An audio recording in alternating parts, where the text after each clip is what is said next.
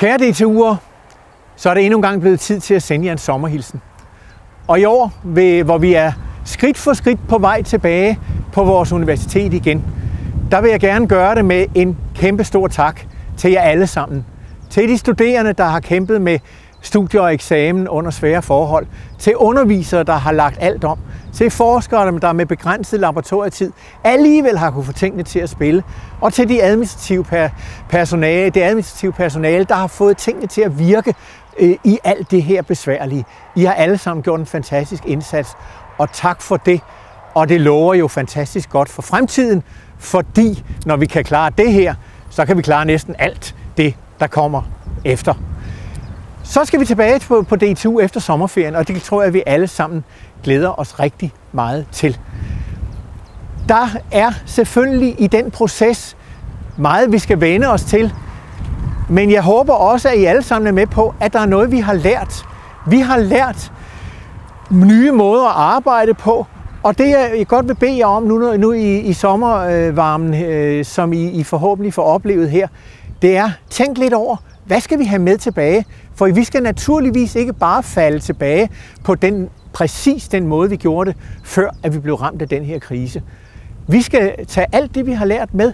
Vi skal finde ud af, hvad gjorde mig gladere? Hvad gjorde mig mere effektiv? Hvor fik vi løst opgaverne bedre? Hvor var trivselen større? Alle de ting skal vi finde ud af, og det skal vi gøre i fællesskab og få fundet ud af det, når vi nu kommer tilbage. Og når vi nu kommer tilbage, så vil jeg også gerne sige, husk på, at vi alle sammen har oplevet det her forskelligt. Der er nogen, der har syntes, at det her har været rigtig, rigtig barsk. Man har siddet alene. Der er måske nogen, der samtidig skulle passe børn, samtidig med, at de skulle læse, samtidig med, at de skulle passe deres arbejde. Der er nogen, der har skulle virkelig opleve det her som en udfordrende tid. Og så er der andre, der måske siger, jamen der var elementer af det her, der faktisk slet ikke var så tosset endda. Jeg fik tid til at fordybe mig på en ny måde.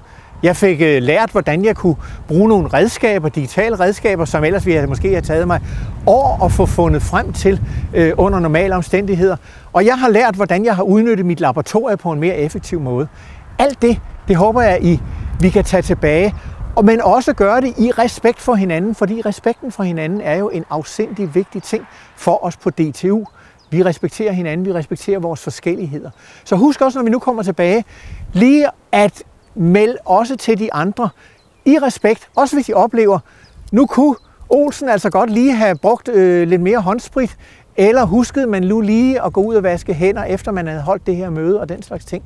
Lad os gøre det med et smil på læben, lad os minde hinanden om det, således at vi gør det på den rigtige måde, og får i respekt for hinanden hjulpet hinanden til at blive bedre. Og lige præcis det med at lytte til hinanden, det er en af de ting, som vi også skal have med, når vi nu kommer tilbage igen efter sommerferien. For vi skal i gang med selvfølgelig at finde ud af, hvordan har alt det her været? Hvad har det påvirket vores trivsel, hvad enten vi var ansatte eller studerende?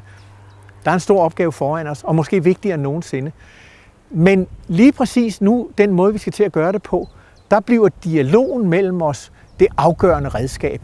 Ikke så meget at udfylde et langt og tungt spørgeskema, som man har brugt rigtig mange kræfter på at lave på så god måde som muligt, men at få talt om de ting, der er nærværende for dig, for den enkelte, i den udførelse af det arbejde, som vi alle sammen gerne vil gøre så godt som overhovedet muligt.